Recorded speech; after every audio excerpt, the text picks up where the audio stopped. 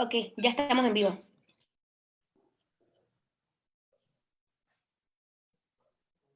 Hola, buenas noches, Guadalupe. Hola, amigos de Centroamérica Cuenta. ¿Cómo están? Es un gusto que nos estén acompañando en esta conversación con Guadalupe Netel, escritora mexicana y una de las narradoras de Hispanoamérica más importantes de la actualidad.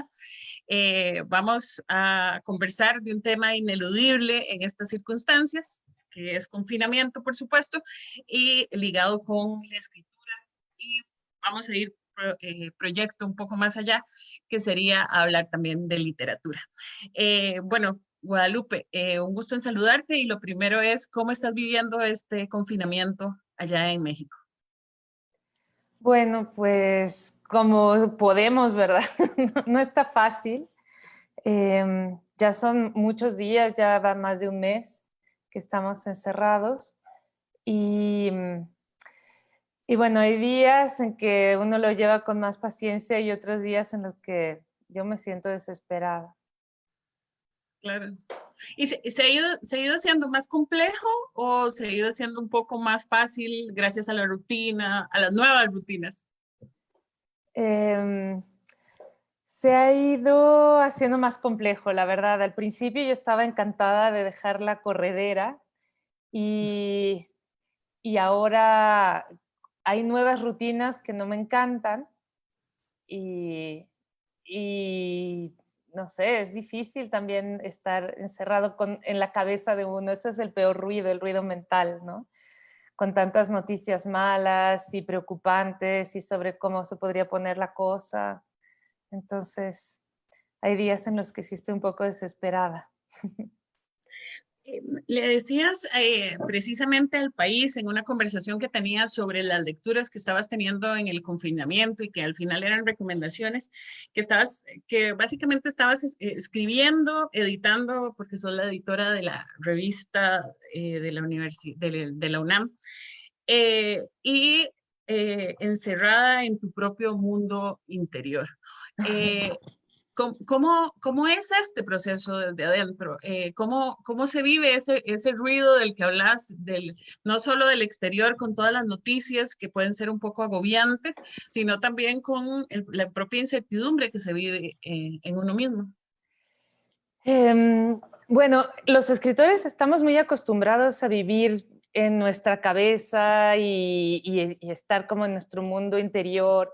Eso no fue difícil al principio, pero la verdad es que también tenemos como rutinas de las cuales dependemos, como salir a caminar, como tomar café o escribir en los cafés, o en bibliotecas o en otros lados, ¿no? Y parecen cosas como muy nimias, pero en realidad hacen mucha falta para poder inspirarse. Hace falta también hablar con los demás, escuchar historias, todo eso va alimentando la narración, ¿no? Conocer gente nueva o ver gente moverse o cambiar de entorno nos aporta mucho material para escribir y esto, pues, siento que es muy monótono y muy repetitivo. Entonces, en realidad, lo único que nos aporta cambio es la lectura. A mí eso es lo que me salva, ¿no? Leer, leer, leer voces distintas, tratar de encontrar historias y tonos que me saquen de mi voz interior o de la gente que está encerrada conmigo. Ahora, Guadalupe, sin duda sos una gran lectora, pero he visto que en este confinamiento o en esta cuarentena has devorado una cantidad de libros impresionante. Veía por lo que estaban conversando el otro día. ¿Cuál es, qué tipo de literatura estás prefiriendo? He visto que estás leyendo algunas lecturas que no habías podido leer, pero también algunos otros libros que estás releyendo.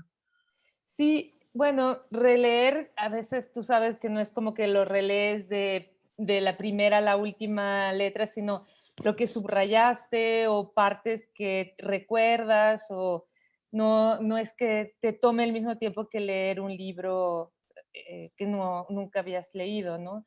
Pero estos libros de los que hablaba en esa entrevista que me hizo el diario El País eran sobre todo libros de gente que ha estado confinada también, ¿no? Sus estrategias de sobrevivencia. Me pareció muy interesante también porque cuando uno lo lee, La libertad, etcétera, lo lee con otros ojos, a otra luz. Y esto te permite imaginar un poquito más cómo era esa angustia, esa zozobra, esa incertidumbre, ¿no? Y también, pues, darte cuenta de cosas que a lo mejor no habías percibido al inicio, o sea, como justo las estrategias de sobrevivencia dentro de una existencia limitada o confinada, las lee uno muy distinto ahora.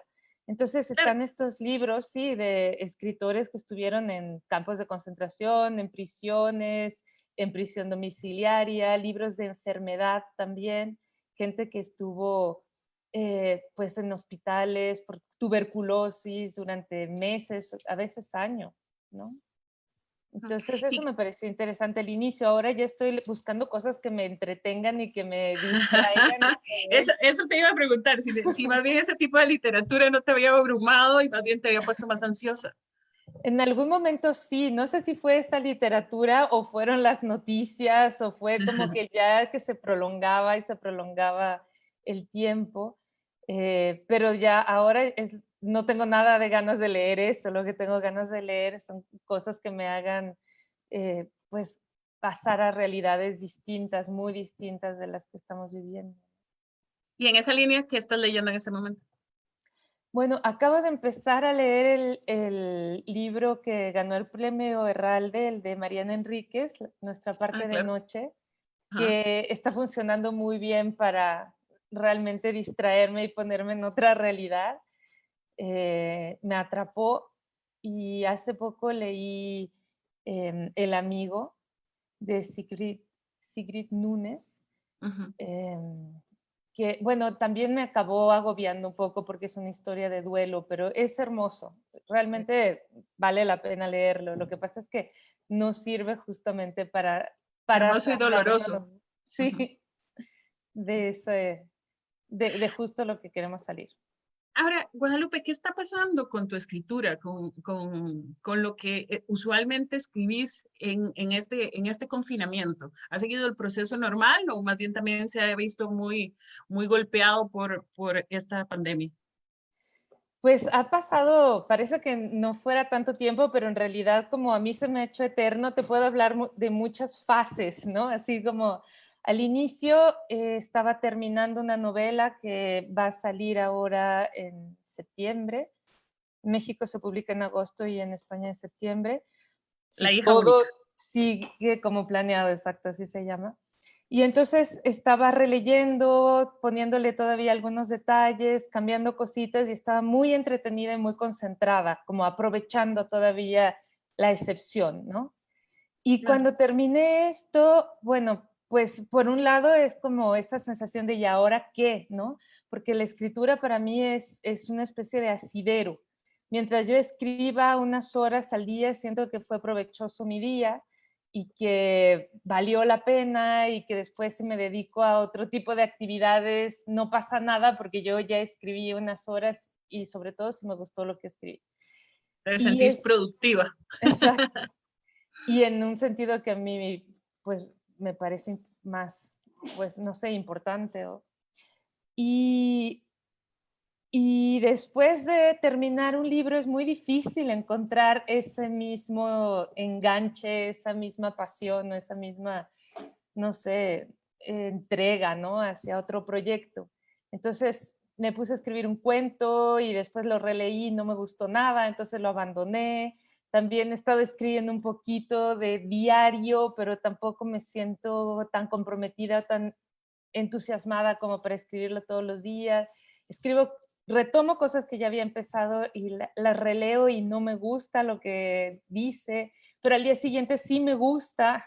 Entonces, como que mi mente está realmente poco estable, ¿no? Y ni siquiera los gustos Es son una montaña estables. rusa, literalmente. Sí, sí, es muy extraño leer algo, o sea, normalmente pasa que uno relee algo y no te gusta durante un mes, pero lo vuelves a dejar y después, 6 meses después sí te gusta, pero que no te guste casi que en el mismo día y después te vuelva a gustar, habla de que hay mucha perturbación ahí adentro. Ahora, precisamente hablando de un dossier que publica la revista de la UNAM, Mariana Enríquez publicó un ensayo súper interesante que se llama La ansiedad y se pregunta que por qué tenemos que pensar en la nueva normalidad si la pandemia recién empieza, al menos decía esto en Argentina. Todas estas palabras que escucho, todo ese ruido de opiniones y datos y metáforas y recomendaciones y vivos del Instagram y la continuidad de las actividades en formato virtual, toda esa intensidad, ¿no es acaso pánico puro? Eh, ¿Qué pensás precisamente de esta reflexión que hace Mariana? Y si te ves un poco reflejada en esto, sobre todo porque a los escritores se les pide reflexionar sobre el mundo de inmediato. Exacto, totalmente de acuerdo. Yo creo que es uno de los textos que más repercusión ha tenido y con el que más han resonado los lectores, y creo que es justo por eso, porque en vez de estar tratando de explicar o crear discurso, generar un discurso a partir de lo que apenas empieza, ella se detiene y dice, ¿cómo quieren que yo me pronuncie si no tengo ni idea de lo que está pasando? Y es lo más sincero que se puede decir, o sea, realmente no tenemos idea de hacia dónde vamos ni nada, y esto sí genera una gran ansiedad. Creo que fue muy valioso que alguien lo dijera, ¿no? Que lo dijera de esa forma. Ahora Además es también, que es una escritora de terror que está exacto. aterrada y eso es muy bonito. Ahora también en esa misma línea, me llamó la atención que Cristina Rivera Garza decía que la frontera de un hogar ahora es su puerta, pero las operaciones más interesantes pasan por sus ventanas. Ahí está lo que se percibe, pero no se alcanza. Deseo es su otro nombre. Una ventana es un pasadizo con frecuencia secreto. Vislumbrar es un verbo que ocurre a través del vidrio. Me llama sobre todo la atención porque precisamente en esta conversación también que tenías, hablabas de lo que se escucha en el edificio, de cosas que no se perciben de los vecinos. Entonces, ¿qué has empezado a percibir de tu alrededor que antes había demasiado ruido para poder percibir? Bueno, de mi alrededor muchas cosas, pero también, o sea, creo que lo que más me impacta es el ruido mental, ¿no? Esta especie de creación, generación constante de pensamientos, no todos muy agradables, que percibo más ahora en mi cabeza. Y, y eso es lo que más me perturba, definitivamente. Después, sí, los vecinos se oyen muchísimo más, todo cobra como una intensidad muy grande, ¿no? O sea, cualquier hecho nimio, si se pelean la pareja que vive al lado, si, no sé, llega una mala noticia y la leo temprano por la mañana, es como si mi cerebro estuviera muy fresco y muy sensible a Como cualquier todos cosa esos que estímulos. entra. Sí, y justo después por la noche no puedo dormir a causa de estos estímulos que están ahí todavía eh, repitiéndose o causando ruido. Ahora, precisamente una de las grandes víctimas de esta pandemia, diría yo que es el sueño. No solo porque se ha generado una mayor cantidad de gente que está hablando del insomnio, sino también de las pesadillas, de estarse despertando a cada rato. Sé que has tenido mucha cercanía con el psicoanálisis, así que probablemente este tema del sueño y las pesadillas y los sueños no te pase inadvertido. No, bueno, yo creo que sí, todo el mundo dice que está teniendo sueños muy, muy extraños. Y otra cosa que está pasando es que está regresando mi memoria. Eso es algo muy sorprendente también. Es como los animales que de repente vuelven a entornos a los que ya de donde habían sido expulsados. Todos esos recuerdos que yo pensé que ya no iban a volver, están regresando justamente porque hay más tranquilidad, o sea, a pesar de que haya mucho movimiento mental, hay un silencio que está permitiendo que regresen recuerdos que yo de verdad que consideraba perdidos. Y eso es algo muy bonito realmente, o sea, creo que es de lo que más me ha sorprendido.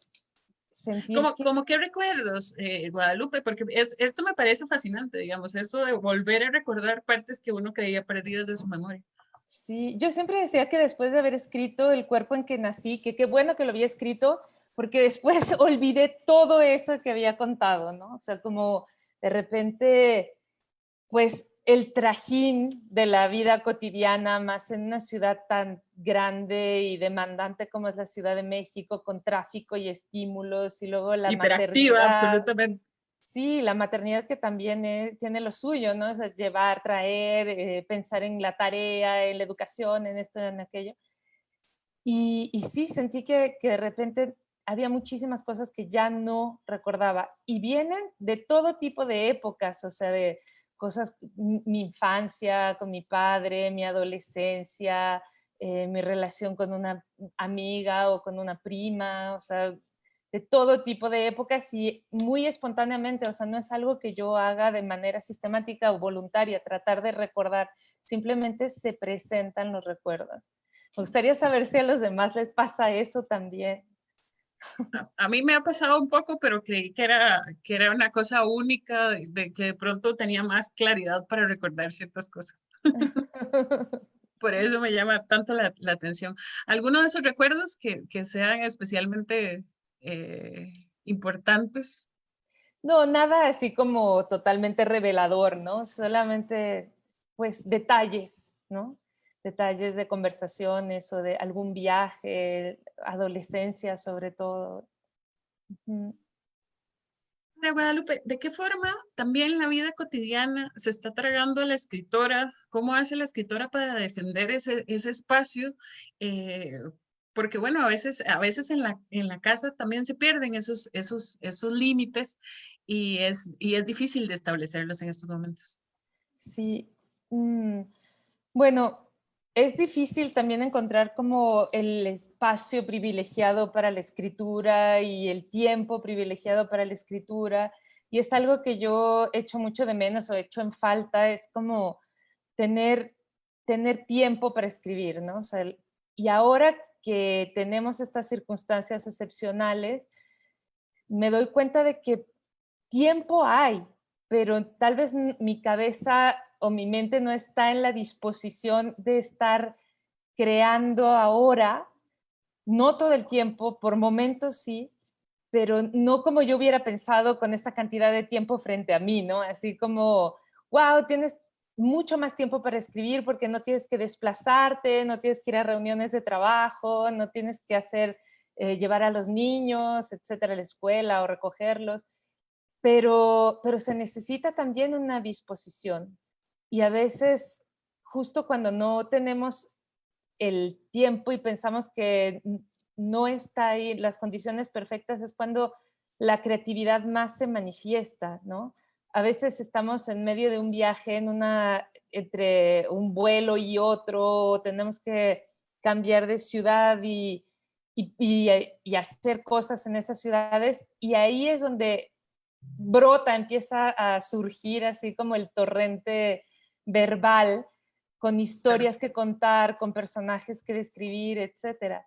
No siempre es cuando tenemos más silencio y las condiciones claro, en idóneas, el encierro. Ajá. ajá, que sale. Y es frustrante para mí, la verdad, sentir que tengo tanto tiempo enfrente de mí y la posibilidad de sentarme a la computadora y el silencio y lo que quiera y que no salga, ¿no?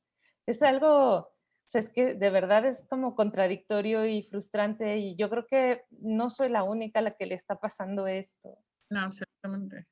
Porque además hay como una exigencia de ser productivo y a veces, obviamente poniéndolo de alguna u otra forma con respecto a este ensayo de Mariana Enríquez, no hay forma, o sea, de verdad es muy difícil concentrarse, de verdad es muy difícil producir y además, ¿por qué? ¿Quién dice que eso es lo que tenemos que hacer en este cierre?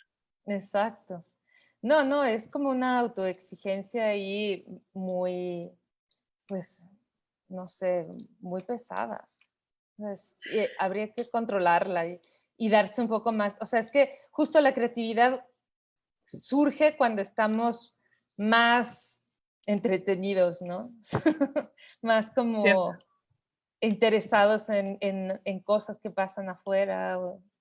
No, es más difícil, no sé, tal vez haya Tiene que ver gente que con esté otros escribiendo estímulos, tal páginas y vez. páginas. Sí. Yo no te diré que estoy en la esterilidad absoluta, pero no está haciendo ninguna, o sea, no fluye como me gustaría que fluyera. Y pues sí, hay que tener la paciencia y pues la claridad para aceptarlo también. Ujú. Nos pregunta una de las, Sonia, que está conectada al Facebook Live, dice, esta pandemia nos tiene a todos sin libertad, como conejillos de indias manipulados por poderes que escapan a nuestra comprensión. Como hemos perdido el centro para escribir, como que divagamos. ¿Qué opinas como escritor? Creo que eso está absolutamente emparentado con lo que estábamos conversando en este momento. Sí, sí, sí. Y bueno, esta sensación de no tener ningún tipo de poder ni de control sobre la situación, ¿no? Estar a un lado, solamente, pues es grande lo que estamos haciendo, no nos damos cuenta de la grandeza del momento todavía. Yo creo que sí nos va a venir, o sea, esa conciencia. Pero ¿cuánta gente está, o sea, puesta de acuerdo tratando de salvar vidas, tratando de salvar las vidas de la gente menos favorecida, ¿no? Es que no tienen, pues, acceso a la salud, los que no tienen acceso, los que son más viejitos, los que son más frágiles, los que son, están menos, o sea, peor nutridos. Los que no Y, tienen comida, ajá, uh-huh, o casa. que son tan pobres que no pueden permitirse esto que es un privilegio, quedarse en Sí. casa y ir al supermercado y ya. O sea, hay muchísima gente, sobre todo en América Latina, que no se lo puede permitir. Y, y estoy muy impresionada de, por ejemplo, las medidas que tomaron en Argentina, de esto de la renta universal para toda la gente que no puede, que no podía confinarse. Aquí está este dinero mensual, vayan y enciérrense. Ujú. Me parece, pues, realmente impresionante que haya habido un país que haya hecho esto. No, o sea, no sé cómo va a repercutir en esa economía, pero yo creo que es la primera vez en la que estamos haciendo algo tan colectivamente, tan globalmente, para salvar a la humanidad. O sea, los otros eventos con los que podríamos comparar es como la Segunda Guerra Mundial o la Primera Guerra Mundial, o sea, Exacto, así de o la grandes primera. y Ujú. globales y destructivos, pero ahora no estamos luchando contra un enemigo.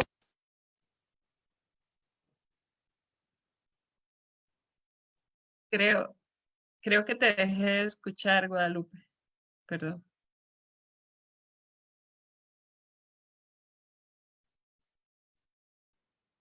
Eh,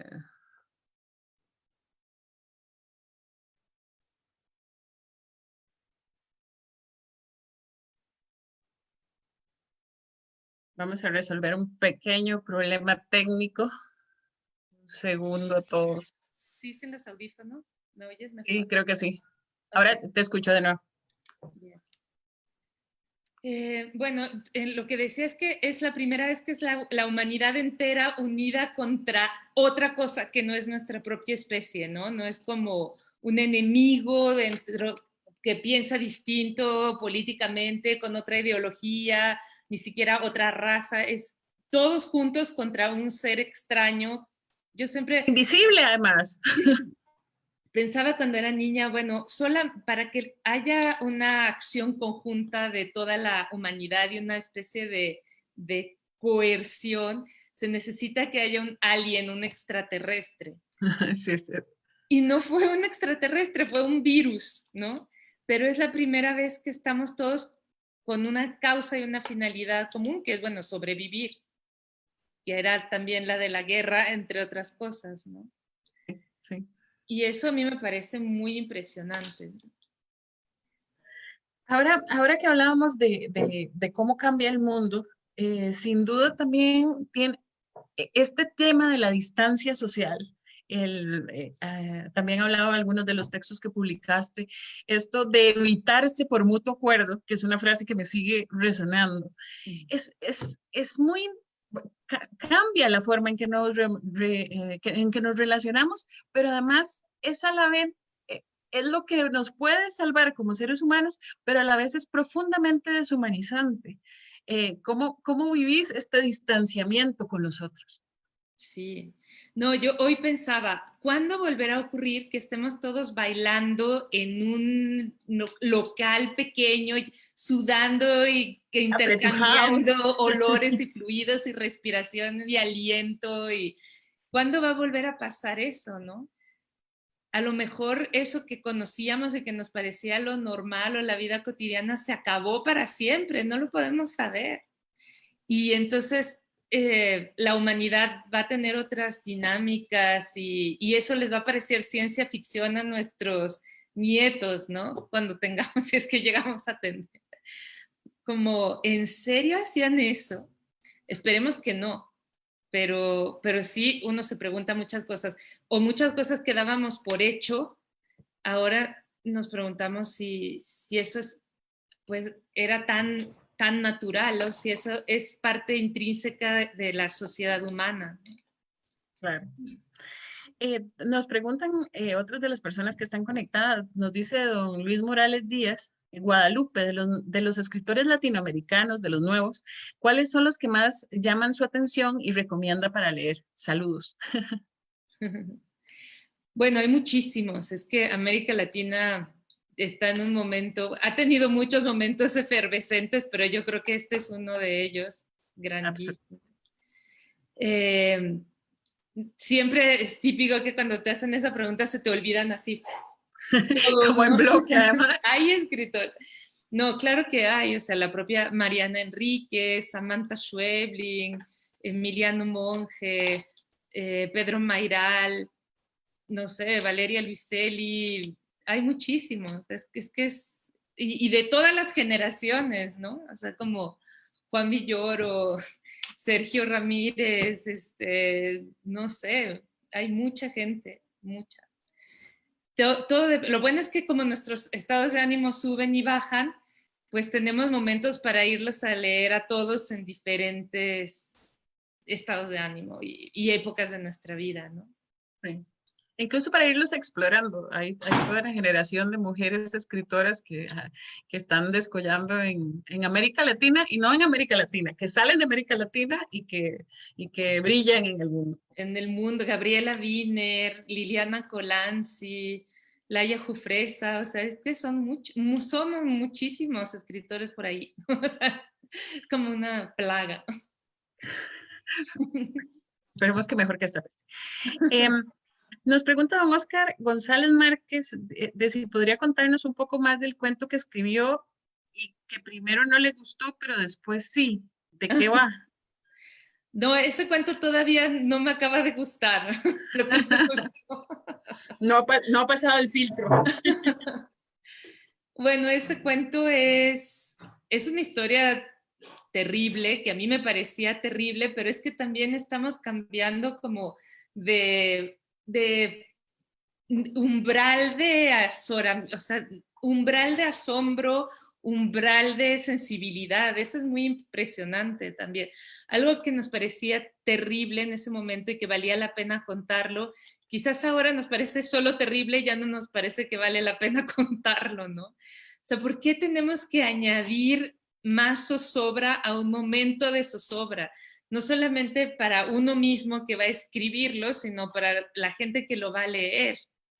O sea, a veces, o sea, ¿por qué en este momento en que todos estamos angustiados, agobiados, ansiosos, desesperados, uno se va a poner, o yo me voy a poner a escribir sobre un accidente, barra y asesinato de niños, ¿no? ¿Como para qué? Uno siente que de pronto no está a la altura de la realidad. ¿Cierto? Y entonces yo dije, no, yo esto no lo quiero estar escribiendo. O sea, fue como más así, una cosa que me aburrió, Claro. más que otra. Sí, más que nada. Fernanda nos pregunta que, retomando el tema de la memoria, ¿utilizaste alguna metodología específica para narrar tus recuerdos en el cuerpo en que nací?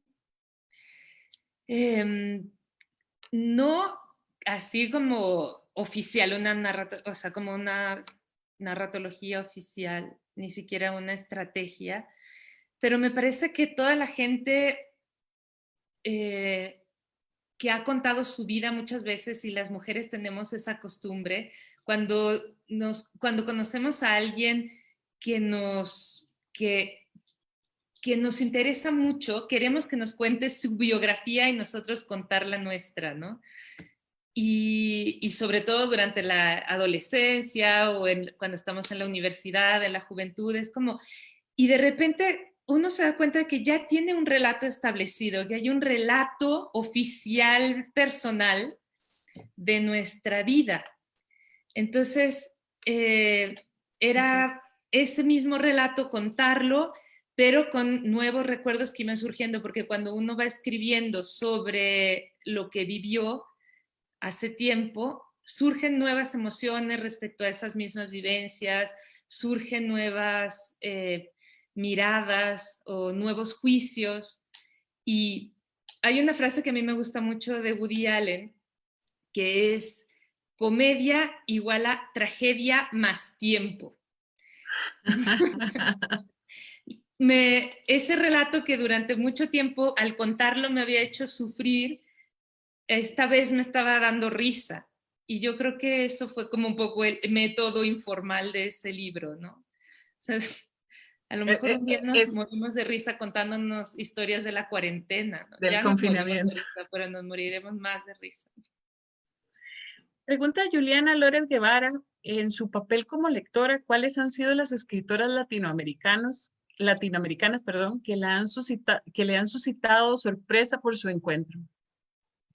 Bueno, también hay varias ahí que mencionar.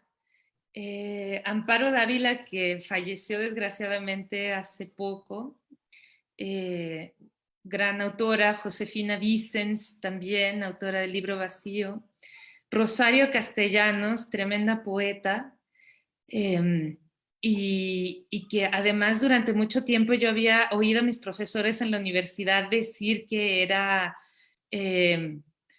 pues una loca, que de repente tenía destellos de lucidez, pero que básicamente era una mujer muy perturbada, y al leerla me doy cuenta de que era un enorme talento, ¿no? El que estaba ahí y que no fue para mí reconocida en su tiempo como debió de haber sido. Recomiendo muchísimo una película que además ahora se puede ver gratis, que es Los Adioses, de Natalia Beristain, sobre la vida de Rosario Castellanos, donde la protagonista es Karina Gidi, una superactriz mexicana, de que búsquenla y véanla. Que eh, además Guadalupe es parte de una larga historia de la literatura escrita por mujeres que ha sido anulada y silenciada, y no Totalmente. solo en México, sino en toda América Latina y en todo el mundo. Sí, la UNAM, justamente el libro SUNAM, que está ahora a cargo de esta escritora mexicana Socorro Venegas, está justamente lanzando una nueva colección que se llama Vindictas, sobre escritoras talentosas latinoamericanas que no fueron reconocidas en su tiempo, y las está volviendo a publicar con prólogos que dan otra luz sobre su obra, y me parece un proyecto muy interesante. Claro. Elena Garro, también grandiosa escritora que no fue reconocida en su momento como debió de haber sido. Incluso Sobre, ahora todavía se lee bajo una sombra rara. sí. No, bueno, y ese cintillo que salió sobre los recuerdos del porvenir en algún momento, que decía, esposa de Octavio Paz, amante de Bioy Casares, amiga de Borges, era como, ¿qué? O sea, El ¿cuándo hemos reconocimiento visto por un todos menos por cintillo ella. así sobre algún hombre, ¿no? Así como esposo de tal, amante de tal. No, no, pasan todavía cosas muy absurdas en la literatura. Sí, absolutamente. Eh, Nos pregunta Elsie Moreno, ¿alguna vez imaginó vivir esto? ¿Cree poder escribir sobre la realidad del confinamiento y todo lo que estamos viviendo? Ella escribe de San Pedro Sula, que es ciudad epicentro de este virus en Honduras, dice. No, pobre. Eh, Pues estamos de ciudad epicentro a ciudad epicentro, pues aquí también estamos en el epicentro. Claro. Y sí, no nos quieren, en ningún otro estado quieren que vayamos para allá. No, para nada, jamás me lo imaginé. Me imaginé cosas horribles porque mi imaginación tiende a irse hacia lo ominoso. Y lo Todo tipo monstruoso. de cosas horribles, pero no una pandemia, la verdad no.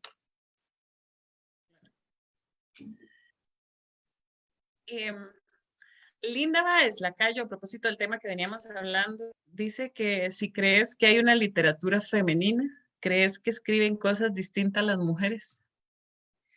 Yo creo que sí, porque hemos tenido vivencias que solamente las mujeres han tenido, como hay una literatura, o sea, sí se puede, la literatura se puede dividir de la manera que uno quiera, ¿no? Así como culturas, nacionalidades, razas, generaciones, no sé, géneros, etcétera. Entonces, tú puedes decir literatura mexicana y ahí cabe poesía, novela, crónica, o puedes decir literatura fantástica y entran armenios, japoneses, etc. Sí, Entonces, cierto. podemos hacer una rebanada que sea literatura femenina, como no, en la que hablemos justamente de todas estas historias de opresión o de invisibilización o de crianza o de abusos o de muchas otras cosas, también sensibilidades, maneras de ver el mundo, prejuicios o lo que queramos, ¿no? Es curioso, algunas escritoras se pelean mucho con esta etiqueta y más bien reniegan de esta etiqueta. Sí, porque justamente era una manera de invisibilizar o de, pues, de ponernos en una segunda categoría, ¿no? O cuarta, Sí, o exacto. entonces, si te decían, ah, sí, lo que tú escribes es literatura femenina, era como, bueno, ya es literatura chatarra o light o cursi. Había muchísimos prejuicios cuando se hablaba de literatura femenina y yo al inicio de mi carrera no quería, pero ni oír hablar de la literatura femenina. Era algo así como de, por favor, no me vayan a poner en ninguna mesa de literatura femenina que yo no tengo nada que decir al respecto, ¿Qué ¿no? decir al respecto? Sí, exacto. Y después, poco a poco, dándome cuenta de que en realidad era porque no quería estar en una segunda categoría eh, y dándome cuenta de todas esas dinámicas subrepticias, pues de segregación que había alrededor de ese término, ahora sí tengo ganas de hablar del tema, ahora sí tengo ganas de estar en mesas de mujeres que han pensado, que han escrito y que tienen muchas cosas que decir. Y sobre todo cuando hemos visto cómo esa escritura femenina se ha vuelto tan contundente en los últimos tiempos. O sea, Y tiene una voz que tiene tanto que decir. sí, tanto que decir y una manera impresionante, o sea, con mucha potencia, mucha, no sé, sí, potencia. Ahora, Guadalupe, esto me lleva un poco a La hija única, este libro que terminó de corregir en este confinamiento y que es una forma de abordar la maternidad en el siglo XXI, decía en algún momento. Eh, Está basada en en una historia de la vida real es una redundancia lo que dije, pero perdón, en una historia real de una amiga suya a la que le hizo una gran cantidad de entrevistas. Y también dice que alrededor de esta novela se tejió una sinfonía de voces femeninas, que esa imagen me gusta mucho. Y precisamente dice que habla de que todo puede cambiar en un instante. Háblenos de la hija única y también de lo que quiere convocar con esta novela. Pues tiene al mismo tiempo que ver con mis novelas anteriores porque es la historia, o sea, es como un... Quisiera hablar de un tema que normalmente está soterrado, ¿no? Que está como invisibilizado también, no solamente la vida de las mujeres y la maternidad, que ha salido a la luz afortunadamente en muchos libros recientemente, sino la de los niños que nacen con grandes discapacidades o capacidades diferentes, si quieres, pero en el caso de esta historia, es una niña que no iba a poder sobrevivir, según los médicos, en el momento en que naciera. Entonces a la madre le preguntan, o sea, la madre cuando tenía 8 meses de embarazo, le dicen, esta hija que deseaste tanto, que durante 8 meses has estado imaginando y a la que le compraste ropita, le acondicionaste un cuarto, le elegiste un nombre, etcétera, no va a poder vivir. No tiene las capacidades fisiológicas para hacerlo, se va a morir, despídete de la maternidad ahora, ¿no? Entonces, eso es como, pues, estas grandes noticias que nos dan, así como de cáncer con metástasis, claro. estado 3, o no sé, justo, últimamente hemos oído tantas historias así, ¿no? O sea, que la pandemia misma es una muestra de las sorpresas que tenemos a lo largo de nuestra existencia y de cómo el mundo se subvierte de un momento a otro, como con terremotos, cataclismas, etcétera. Y eso pasa en la vida de las personas comunes y corrientes más de una vez. Entonces, es ese cambio tan grande, y después, pues el otro de finalmente sí va a vivir, y vas a vivir con quién, ¿no? Esto Claro. es un vegetal, es un bulto, es alguien que sí va a tener conciencia, se puede morir en cualquier momento, o sea, te la vas a llevar a tu casa, pero a los 2 días se puede morir. ¿Cómo puede vivir más años? No sabemos, ¿no? Entonces, esta especie de enfrentamiento con la incertidumbre y con, o sea, en realidad la vida es eso, tratamos de aferrarnos a ideas de permanencia y de estabilidad que solo están en nuestra cabeza. O sea, Que se pues, parece mucho al momento actual. sí, un poco sí. Tal vez por eso no me costó trabajo escribirla, ni terminarla, ni nada, porque sí, sí me sentía identificada todavía En la con la misma historia. sintonía, claro. Uh-huh. Y hay, bueno, otras historias. Esta es la historia principal, pero hay historias de la narradora con su madre, una madre que es otra madre soltera con su hijo, distintas historias que tienen que ver con eso, con las mujeres y las madres y las hijas. Claro. Ahora, en algún momento hablabas que lo tuyo no era el realismo mágico, sin duda, sino el realismo con un poco de fantasía, que tiene que ver un poco con los bestiarios, con los monstruos y demás. ¿Hay algo de eso en este libro o estás en otra sintonía? Hay algo, sí, pero es más sutil, más como en El matrimonio de los peces rojos, este libro de cuentos sobre Sí. animales y personas, ese mismo, donde hay gente de otras culturas que no son la nuestra, que ven realismo mágico ahí. Yo no lo veo, ¿verdad? Probablemente un colombiano tampoco. Pero bueno, o sea, hay amigos críticos o escritores gringos que lo leen y dicen, esto es realismo mágico, sin duda. Entonces, tal vez encuentren realismo mágico en esta novela, aunque yo no le vea por dónde, pero sí hay Claro. como algo que tiene que ver con animales ahí también. En esta historia de la hija única, también hablabas que quedaba como un espacio para la esperanza, tal vez no lo decías de esta forma, como para poder respirar y demás. En este momento, en el confinamiento, ¿cómo, cómo te agencias más bien esos espacios? Cómo, cómo respiras en el encierro? ¿Cómo te salís de eso para poder respirar? Pues no te podría dar así como la receta perfecta porque no la tengo. A veces siento que no puedo respirar, para serte franca.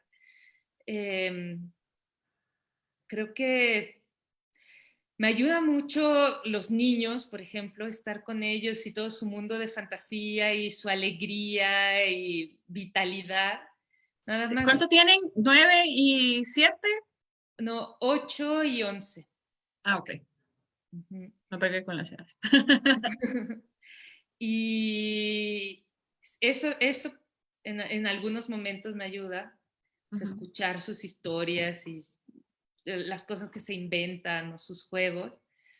Los libros a veces, no todo el tiempo, pero también hay libros que definitivamente me han ayudado a respirar o a salirme del encierro mental, que es el peor. A veces simplemente estar en contacto con la naturaleza, ¿no?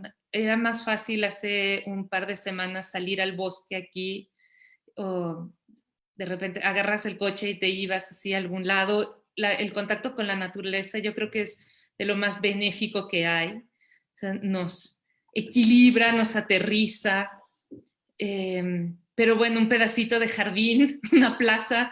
Ayer salí a caminar y me encontré una plaza que normalmente está llenísima de gente y había poquitas personas, pero estaban unos Hare Krishna en una esquina, en otros estaba otro señor con una guitarra, en otro había como un grupo de mujeres que hablaban con mascarillas, se ve que eran de la misma familia, todos con el tapabocas y respetando la distancia social, pero, pero pasé por ahí realmente fue como un respiro pasar por esa placita y oír música, ¿no? O sea, como gente Y viviendo. tantas realidades diferentes juntas.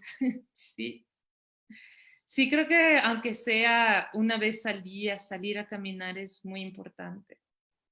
Claro. Aunque también da un cierto desasosiego ver la ciudad tan vacía y, y eso, sentir como, ¿dónde está la gente? ¿No? Literalmente. Se genera aprensión. Dice Nadine Lacayo Renner de Nicaragua que vuelve a lo de la literatura y mujeres. ¿Cómo diferencia entre literatura femenina y literatura feminista? ¿Y cómo diferencias ambos conceptos de literatura escrita por mujeres? Mm. Esto es Bueno, una tesis. sí, sí, sí. No está tan fácil contestar, pero voy a intentarlo. Creo que literatura, bueno, escrita por mujeres puede ser lo que sea, ¿no? O sea, puede ser la historia de una crónica de guerra, cualquier cosa que haya escrito una mujer es literatura escrita por mujeres. O sea, ya salimos de la primera categoría. Claro. La otra, la feminista, es literatura que se plantea reflexionar sobre estos temas de la opresión, de la invisibilización, de la desigualdad de género, básicamente, ya sea económica, social, etcétera, sobre la carga de la maternidad, por ejemplo, y que lo hace la mayoría de las veces de forma deliberada. Literatura femenina podría ser una literatura que habla de estas cuestiones sin hacerlo deliberadamente, aunque hay gente que sin hacerlo deliberadamente ha denunciado muchísimo, ¿no? Claro, Como la propia Rosario Castellanos, que en algún momento claro, se solamente mezcla. está contando su agobio, solamente está contando cómo la maternidad, la experiencia de la maternidad le robó por completo la soledad que antes tenía, las horas de soledad para escribir. Y no sé si con esta agenda feminista, pero está haciendo literatura feminista porque está denunciando. Al hacer literatura femenina, a veces las escritoras hacen literatura feminista sin darse tanta cuenta. O sea, si también describes una relación de abuso y tu intención no es decir basta de esto, ni una más, etcétera, sino solo describir una situación de abuso, también puedes estar haciendo literatura feminista aunque no te des cuenta. Eso es lo que creo. No estoy tan segura. No lo podría defender ahí ante un tribunal de modales. Además pasa que con estas etiquetas las fronteras son muy delgadas y Sí. a veces uno camina por la cuerda floja. No, y es poroso, totalmente Sí, poroso. absolutamente. Y se mezclan y hacen Sí. fusiones. Guadalupe, lo último que conversamos para ya despedirnos, más bien muchas gracias por la rica conversación que hemos tenido, es ¿qué va a ser lo primero que más te genere ilusión hacer cuando salgamos de este confinamiento? En esa nueva realidad, nueva normalidad, en este otro mundo. Bueno, creo que desgraciadamente va a ser poco a poco, no va a ser como que No va a ya se ser, levanta el sí, confinamiento y todo el mundo no va puede a ser hacer. así. Pero si fuera el caso, que fuera una cortina que levantaran, me gustaría abrazar a muchísima gente a la que no puedo abrazar ahora, caerle Sí, yo, abrazos y a besos a mucha gente que no puedo ni ver en este momento. Irme a armar un fiestón, así como que estemos todos encima unos de otros. Y también tengo muchísima nostalgia del mar. La verdad es que tengo muchas ganas de ir a ver el mar. Eso es algo que me está haciendo falta. bueno, esperemos que pronto podamos volver a ver el mar. Yo también extraño el mar y los abrazos.